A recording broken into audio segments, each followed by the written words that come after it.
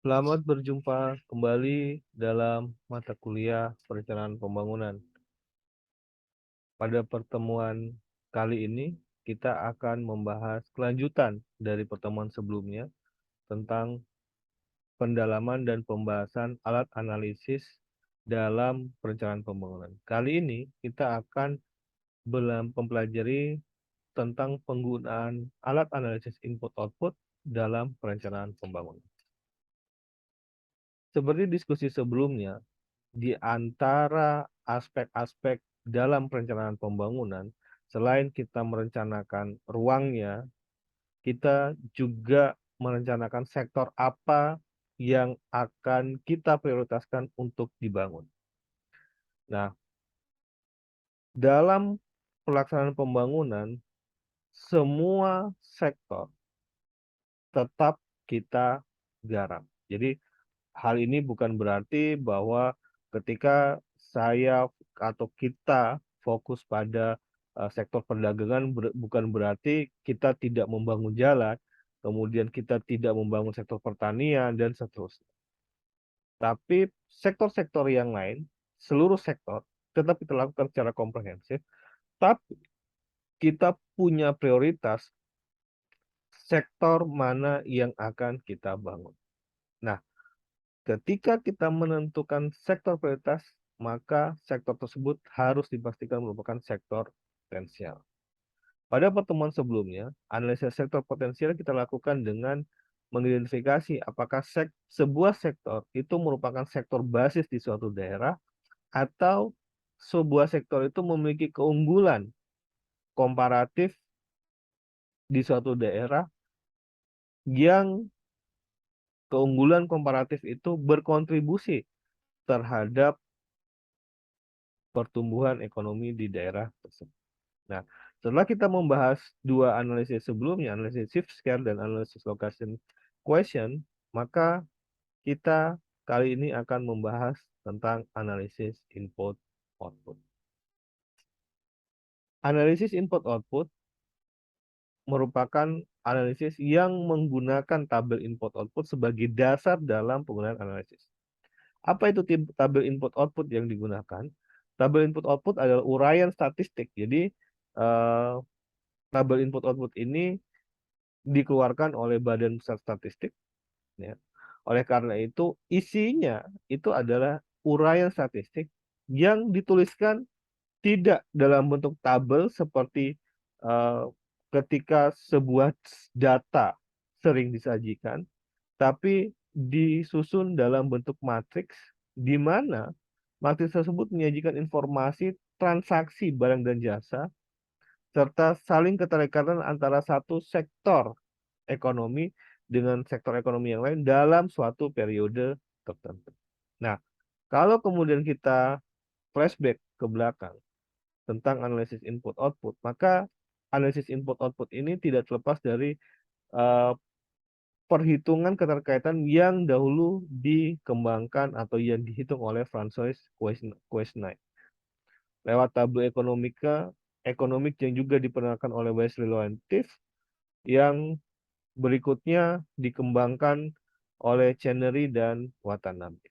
Nah, bagaimana konsepnya? Jadi, dalam sebuah produksi, maka kita akan mengenal input. Selain itu, kita juga punya kenal input antara, sampai kemudian kita akan menghasilkan output. Output itu kadang-kadang ada sebuah output yang nanti akan digunakan oleh produsen yang lain sebagai inputnya. Ini yang kemudian disebut dengan input antara. Kemudian atau output akhir. Jadi misalnya kalau teman-teman lihat ada perusahaan tekstil, ada yang kemudian satu bagian dari perusahaan tekstil tersebut ada yang menghasilkan baju yang siap dipakai oleh konsumen akhir. Tapi ada satu bagian di dalam suatu perusahaan tekstil tersebut yang hanya menghasilkan kain saja. Nah, kain ini yang kemudian akan digunakan lagi oleh produsen yang lain untuk menghasilkan produk barang. Ini yang kemudian kita sebut dengan output intermediate atau output yang nanti akan digunakan oleh uh, intermediate user. Sementara di dalam inputnya sendiri itu banyak juga sumbernya. Ada input yang memang langsung diambil dari kapas misalnya. Nah, itu primary input yang langsung diambil dari alam, atau ada sebagian input yang digunakan dalam sebuah proses produksi itu merupakan hasil output dari industri yang lain. Ini yang kemudian kita sebut dengan input antara. Logikanya seperti ini. Di dalam mobil, komponennya banyak. Ada baja, kaca, plastik, dan seterusnya. Ya. Untuk memproduksi sebuah mobil, komponen-komponen yang digunakan cukup banyak seperti dalam ilustrasi berikut ini. Nah, komponen baja itu diperoleh dari hasil produksi komponen-komponen yang lain. Nah, ini yang kemudian disebut dengan bagi produsen mobil, ini adalah input antara.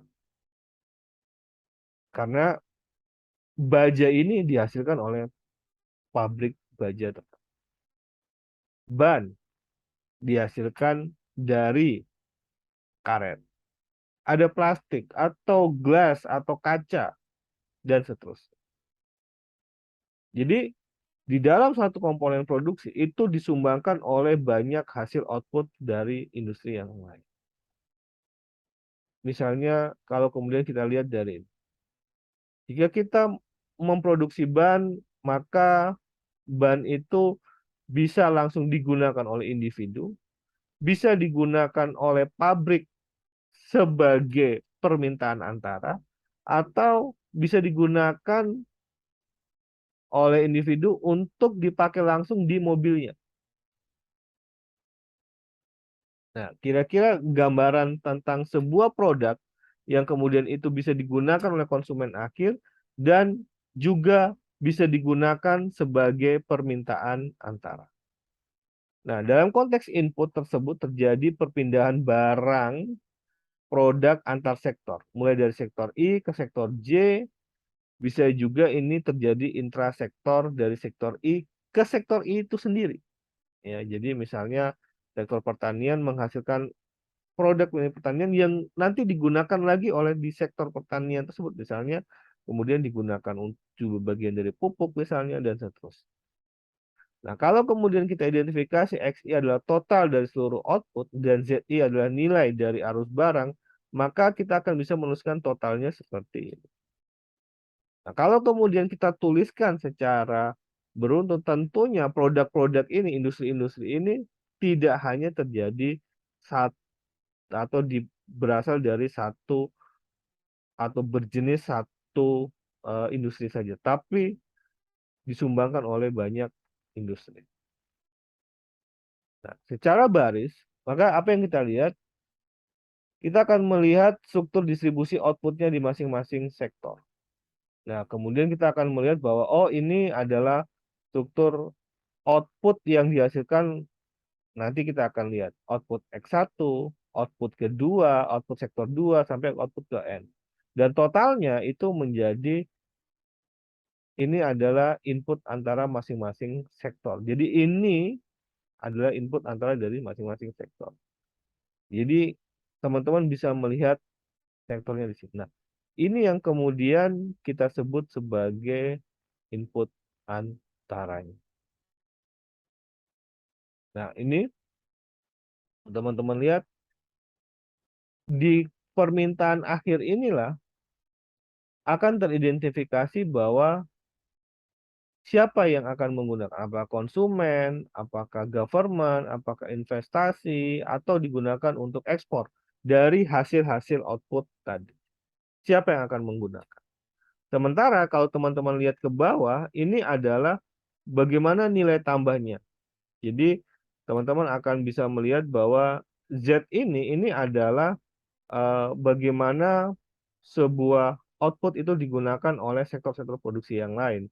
Sementara di bawah ini adalah mencerminkan nilai tambahnya. Nah, kalau teman-teman lihat kuadran 1, yang di sini, ini adalah kuadran transaksi antar kegiatan. Kemudian kuadran 2 yang di sebelah sini,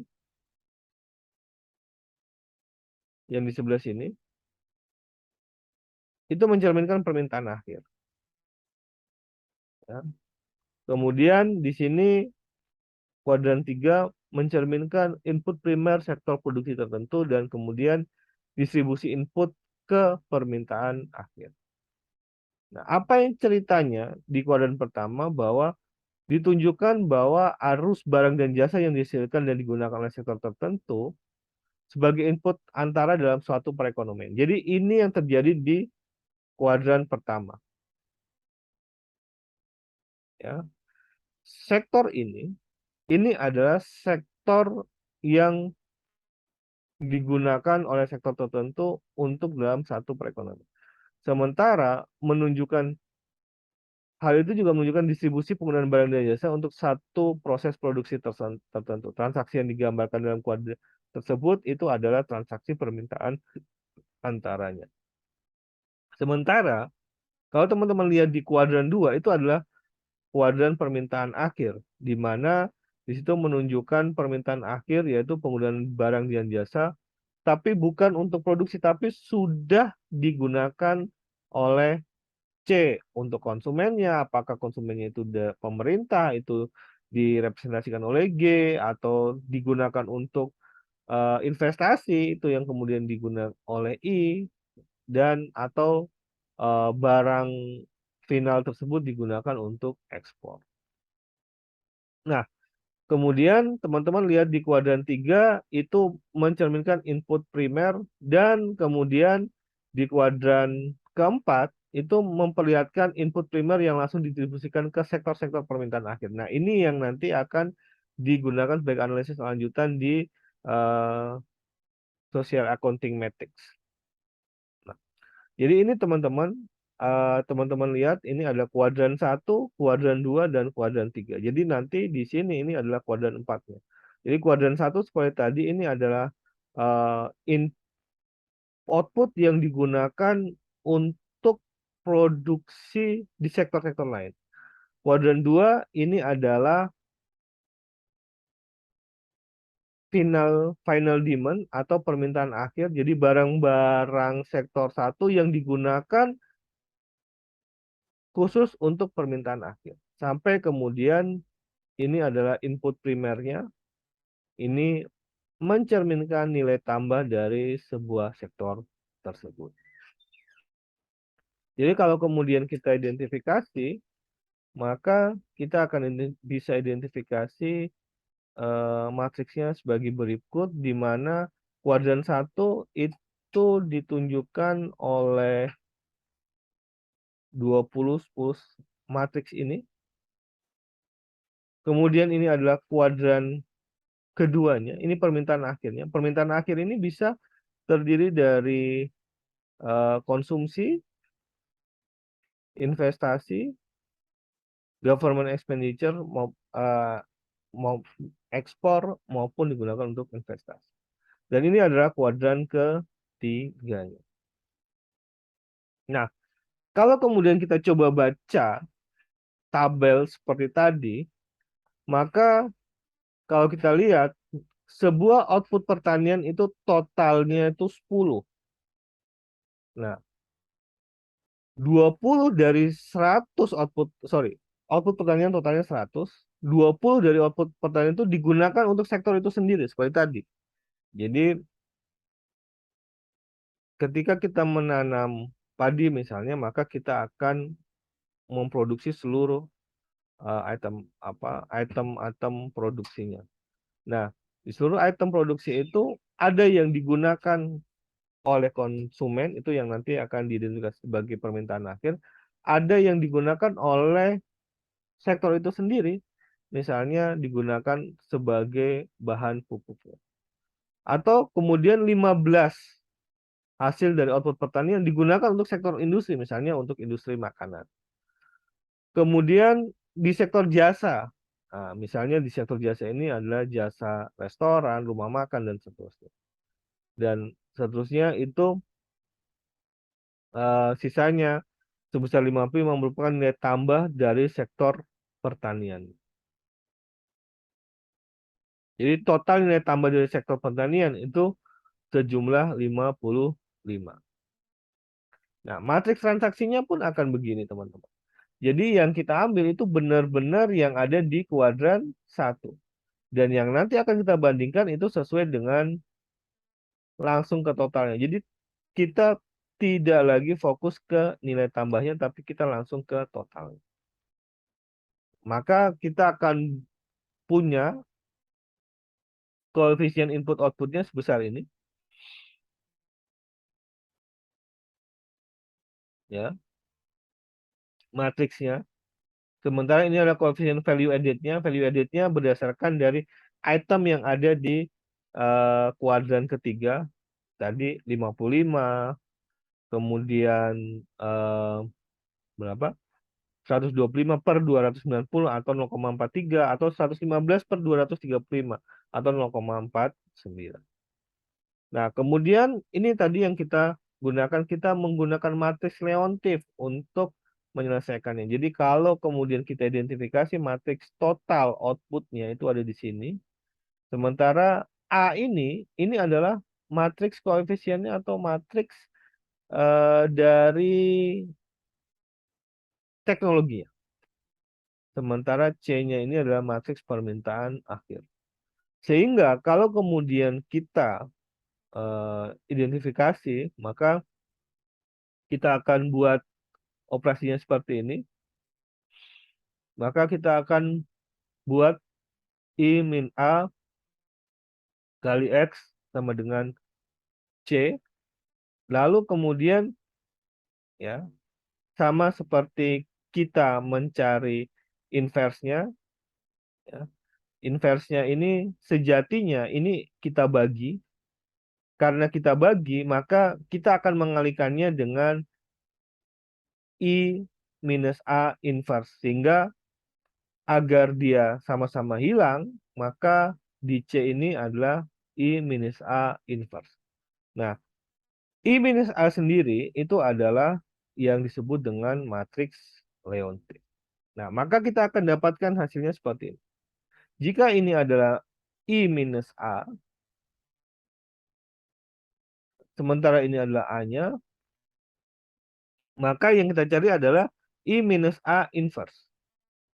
Berapa I minus A inverse, kita akan dapatkan hasilnya seperti ini. Pertama, kita cari dulu tentunya determinan matriksnya.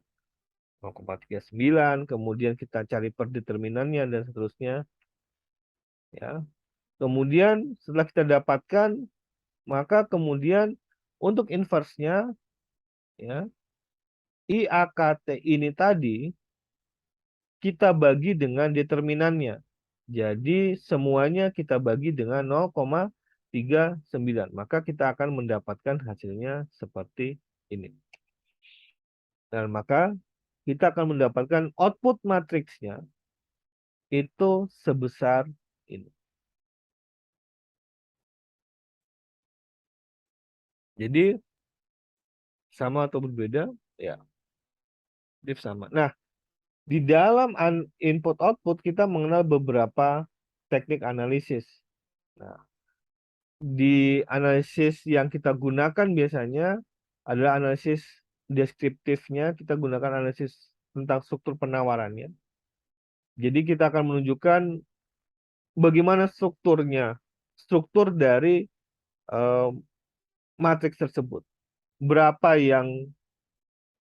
peran domestik, berapa peran ekspor, sektor apa yang didominasi ekspor, sektor apa yang didominasi oleh apa yang penggunanya didominasi untuk pengembangan industri itu sendiri, atau sektor apa yang kalaupun digunakan jadi final demand-nya ada di aspek yang mana, ada di item yang mana, apakah final demand konsumen atau digunakan oleh pemerintah lewat government atau investasi atau lewat ekspor dan impor. Struktur output akan menggambarkan peran sektoral dalam perekonomian. Nah, ini yang kemudian nantinya akan kita gunakan dalam perencanaan pembangunannya. Maka sektor-sektor yang punya peran penting di dalam perekonomian itu adalah sektor-sektor yang kemudian akan kita prioritaskan. Kemudian kita punya struktur nilai tambahnya, ya, baik menurut lapangan usaha maupun komponennya. Jadi ini berguna untuk melihat peranan masing-masing sektor dalam menciptakan nilai tambah. Ya. Ketika kita mampu melihat bahwa sektor-sektor tertentu itu memiliki nilai tambah yang tinggi, maka sektor-sektor tertentu adalah sektor-sektor yang nantinya ini akan memberi multiplier efek besar terhadap perekonomian. Nah, sementara kalau struktur permintaan akhir kita akan melihat apakah konsumsi rumah tangga, pemerintah, atau investasi itu yang sangat dominan dalam perekonomian. Nah, ini yang kemudian kita akan lihat secara detail.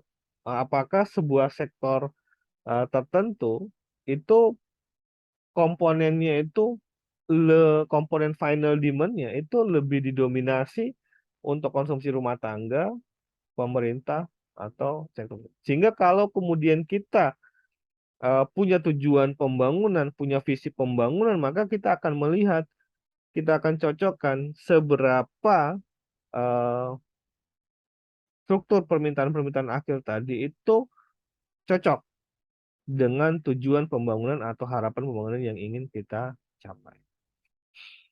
Nah, selain analisis deskriptif, di dalam input output kita juga mengenal yang disebut dengan analisis dampak. Nah, ada yang disebut dengan dampak output. Dampak output itu ini menilai hubungan timbal balik nih antara permintaan akhir dan output. Jadi, apakah jumlah output yang dapat diproduksi tergantung pada jumlah permintaan akhirnya?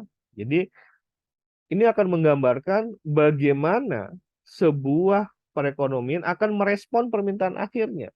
Apakah permintaan akhir tadi eh, jumlah output yang diproduksi itu merupakan respon dari perkiraan kita, upaya kita untuk memenuhi permintaan akhir di dalam sebuah perekonomian. Atau sebaliknya, dalam keadaan tertentu, output justru menentukan besarnya permintaan akhir dalam kasus-kasus tertentu. Nah, tentunya kasus ini terjadi ketika ada supply create its own demand. Tapi pada kenyataannya dalam konteks sekarang kondisi itu sudah jarang tercapai. Dampak nilai tambah bruto. Jadi kita akan melihat apakah input secara primer merupakan bagian dari input secara keseluruhan. Ya, sesuai dengan asumsi dasar yang digunakan menyusun tabel ini, maka hubungan antara NTB dan dengan output akan bersifat linear. Ya. Dampak terhadap penciptaan pendapatan. Jadi perubahan permintaan akhir dalam model input output akan mengakibatkan perubahan output yang diproduksi oleh sektor-sektor produksi dalam perekonomian. Perubahan jumlah output yang diproduksi tersebut pada akhirnya akan mengakibatkan perubahan permintaan tenaga kerja yang dibutuhkan. Nah, ini yang kemudian kita akan melihat dampak terhadap penciptaan pendapatan, penciptaan lapangan kerja. Kita akan melihat bagaimana multiplier-nya itu terjadi. Seberapa sektor-sektor apa yang mampu memberikan multiplier pendapatan yang tinggi. Seberapa sektor-sektor apa yang mampu menciptakan multiplier tenaga kerja yang tinggi. Sehingga sektor-sektor tersebut jika kemudian kita identifikasi bahwa sektor-sektor ini punya multiplier yang tinggi, maka kemudian ini sektor ini kita prioritaskan, maka sektor ini akan mendorong perubahan permintaan tenaga kerja yang dibutuhkan di dalam perekonomian. Dan kemudian yang terakhir ini, sorry, yang keempat, kita lihat derajat kepekaan dan derajat sensitivitas dan penyebarannya. Nah, dalam konteks ini kita kenal apa yang disebut dengan keterkaitan ke depan dan keterkaitan ke belakang. Nah, salah satu keunggulan analisis input output ini mengetahui seberapa jauh tingkat hubungan atau keterkaitan antar sektor produksi. Jadi antara satu sektor produksi dengan sektor produksi yang lain. Nah, tingkat keterkaitan ke depan atau ke belakang ini disebut juga derajat kepekaan, yaitu hubungan dengan penjualan barang jadinya. Nah, atau jadi seberapa kalau dia punya keterkaitan ke depan yang tinggi, maka kita akan bisa mengidentifikasi bahwa sektor ini banyak digunakan oleh sektor hilirnya yang lebih hilirnya. Nah, kalau kemudian dia punya keterkaitan ke belakang yang tinggi, maka bisa jadi itu akan menunjukkan seberapa punya hubungan, seberapa tergantung dia dengan bahan mentah atau bahan baku yang digunakan untuk menghasilkan produk tersebut. Nah, dalam konteks inilah banyak ahli yang kemudian menggunakan atau menganalisis antar sektor ini untuk menentukan sektor-sektor kunci. Jadi mana yang akan punya forward linkage yang gede maupun backward linkage yang besar, itu akan menjadi faktor yang menentukan apakah sektor-sektor itu menjadi sektor-sektor kunci atau enggak. Nah, itu kemudian akan dikonfirmasi lagi apakah kemudian sektor-sektor yang punya keterkaitan tinggi ini juga akan berpotensi